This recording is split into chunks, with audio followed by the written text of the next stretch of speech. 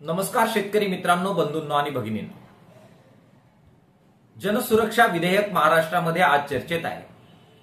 त्याचं कायद्यात रूपांतर होऊ घातलेलं आहे.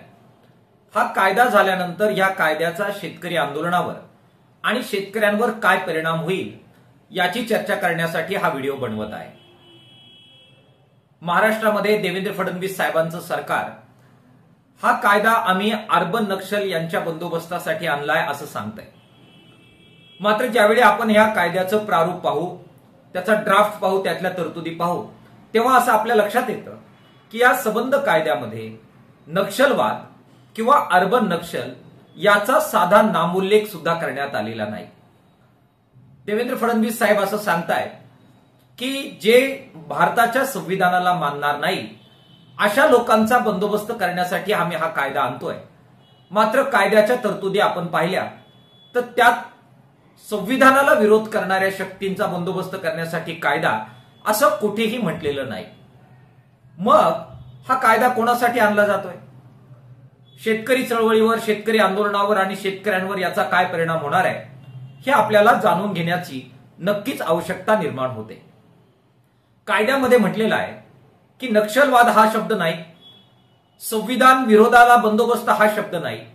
कायद्यात त्यांनी लिहिलं की जे कोणी बेकायदेशीर कृती करतील त्या बेकायदेशीर कृतीला गुन्हेगारी म्हणून ठरवलं जाईल आणि त्याचा बंदोबस्त करण्यासाठी आम्ही 2 वर्ष, 5 वर्ष किंवा 7 वर्ष शिक्षा त्याच्यामध्ये प्रावधानित करू, अशा प्रकारचा उल्लेख कायद्यामध्ये करण्यात आलेला आहे. मग बेकायदेशीर कृत्य म्हणजे काय?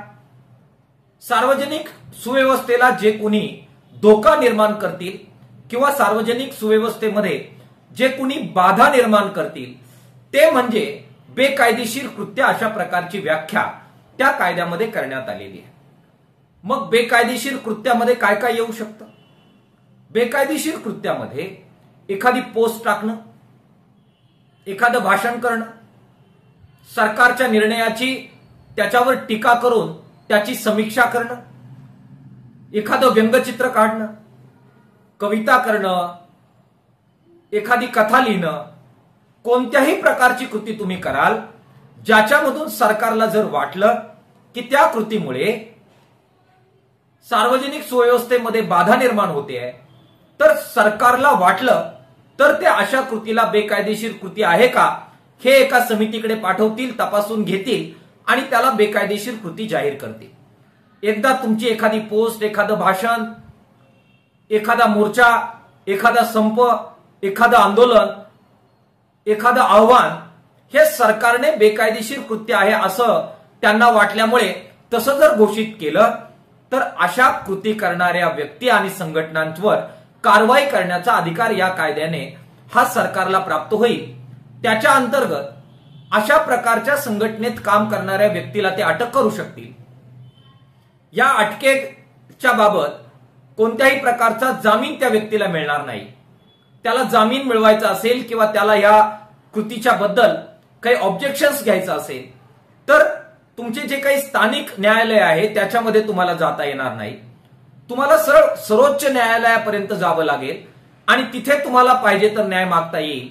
मात्र खालच्या कोणत्याही न्यायालयामध्ये तुम्हाला याच्या विरोधामध्ये साधं अपील करता येणार नाही, तुम्हाला जामीन मिळणार नाही.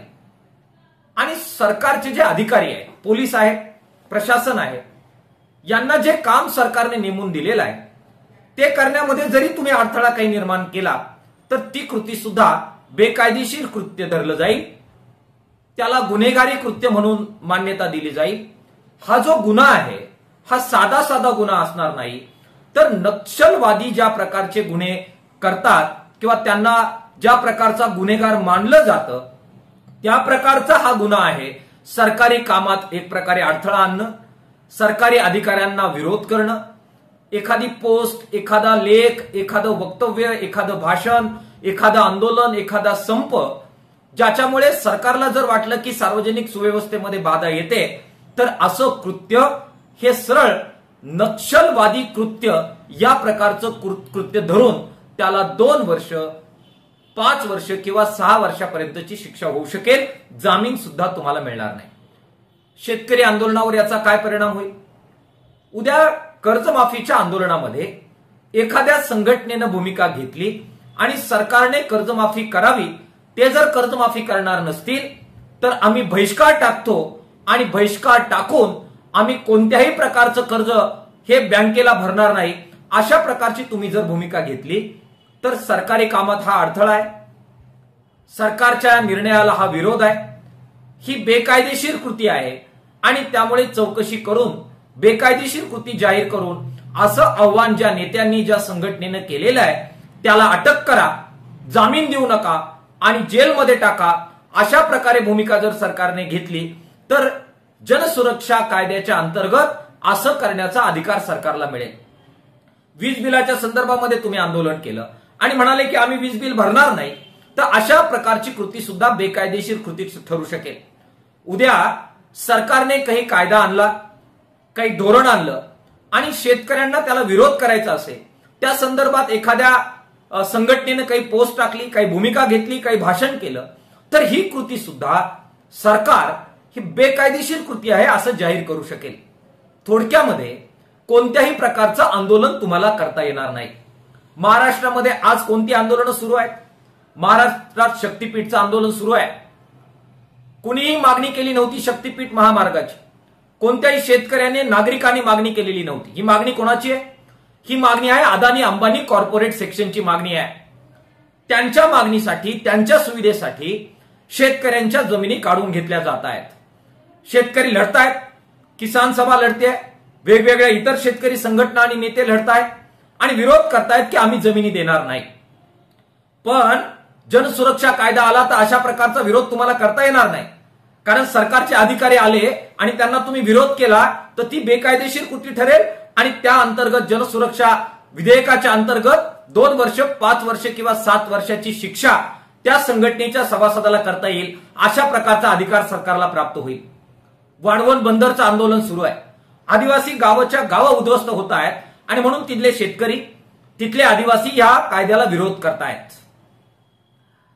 जनसुरक्षा कायदा आला तर अशा प्रकारचा विरोध तुम्हाला करता येणार नाही आणि सरळ तुम्हाला विना जामीन जेलमध्ये टाकण्याचा अधिकार या वाढवण बंदरच्या विरोधात लढणाऱ्या शेतकरी आणि आदिवासींच्या बाजूने लढणाऱ्या कार्यकर्त्यांच्या विरोधामध्ये सरकारला प्राप्त होणार आहे. गडचिरोलीमध्ये लाखो झाडं तोडून टाकून त्यांची कत्तल केली गेलेली आहे. कॉर्पोरेट जे लाडके उद्योगपती आहेत त्यांना त्या ठिकाणची खनिज संपत्ती बेमुदतपणाने मोठ्या प्रमाणामध्ये लुटता यावी याच्यासाठी सरकार आपले पूर्ण प्रयत्न या सगळ्या मागे उद्योगपतींच्या मागे उभे करताना आपल्याला दिसते. त्या ठिकाणी सुरजागडमध्ये जे आदिवासी शेतकरी आहेत, आदिवासी गावं आहेत, त्या ठिकाणची वनसंपत्ती आहे, त्या ठिकाणची पर्यावरण वैविध्यता आहे, यांच्या रक्षणासाठी जे जे आवाज उठवतील त्या सगळ्यांचा बंदोबस्त उद्या जर करायचा झाला तर जनसुरक्षा कायदा त्यांना यासाठी हवाय की त्या ठिकाणची सबंध संपत्ती, त्या ठिकाणची आदिवासी गावं, त्या ठिकाणचं जंगल आणि त्या ठिकाणचं जे नैसर्गिक साधनं आहेत, खनिजे आहेत, ते कॉर्पोरेटला लुटता यावी यासाठी हा कायदा आणला जातोय. मुंबई सारख्या शहरामध्ये जिथे प्रचंड मोठी झोपडपट्टी आहे, त्या झोपडपट्टीवर मोठ्या प्रमाणामध्ये डोळा या ठिकाणच्या उद्योगपतींचा आहे, अदानी अंबानींचा आहे. त्या ठिकाणी मोठ्या प्रमाणातल्या ज्या जमिनी आहेत, कोट्यावधीच्या जमिनी आहेत, त्या लुटण्यासाठी मोठ्या प्रमाणात प्रयत्न या अदानी अंबानींचे सुरू आहेत. त्याबाबत झोपडपट्टीमध्ये राहणारे आदिवासी आहेत, दलित आहेत, त्यांच्यासाठी जे जे येतील त्या लढणाऱ्या लोकांचा बंदोबस्त सुद्धा सरकारला या कायद्याच्या अंतर्गत करायचा आहे. त्यामुळे अर्बन नक्षल हे केवळ नाव आहे, कुठेही उल्लेख अर्बन नक्षलचा कायद्यामध्ये करण्यात आलेला नाहीये, त्याची व्याख्या करण्यात आलेली नाहीये, त्याचा निर्देश करण्यात आलेला नाहीये. संविधान रक्षण हे केवळ नाव आहे, परंतु कुठेही संविधान रक्षणाचा उल्लेख त्या कायद्यामध्ये करण्यात आलेला नाहीये. त्यांना जो बंदोबस्त करायचा आहे, शेतकऱ्यांसाठी लढणारे कार्यकर्ते, शेतकरी आणि गरीब आणि दलित आणि आदिवासींसाठी लढणारे संघटना आणि समूह यांचा बंदोबस्त करून हा सबंध महाराष्ट्र अदानी अंबानी सारख्या लाडक्या लोकांना लुटण्यासाठी खुला करायचा आहे आणि त्यासाठी हा कायदा येतोय. शेतकऱ्यांसाठी लढणाऱ्या सर्व संघटनांनी जागं झालं पाहिजे. काय धोका आहे तो लक्षात घेतला पाहिजे आणि मार्क्सवादी कम्युनिस्ट पक्ष, किसान सभा, डावे पक्ष, लोकशाहीवादी पक्ष, लोकशाहीवादी ताकदी या कायद्याला का विरोध करतायत हे समजून घेऊन या लढ्यामध्ये सर्व शेतकऱ्यांनी, शेतकरी संघटनांनी सामील झालं पाहिजे. मित्रांनो, असाच लढा खरं तर कामगार, कर्मचारी आणि संविधान वाचवणाऱ्यांच्या साठी सुद्धा हा कायदा धोक्याचा असल्यामुळे त्यांनी सुद्धा केला पाहिजे. इतर व्हिडिओमध्ये त्यांच्यासाठी बोललो, परंतु आज शेतकऱ्यांसाठी बोललो. शेतकऱ्यांनी हा बाब समजून घेतली पाहिजे.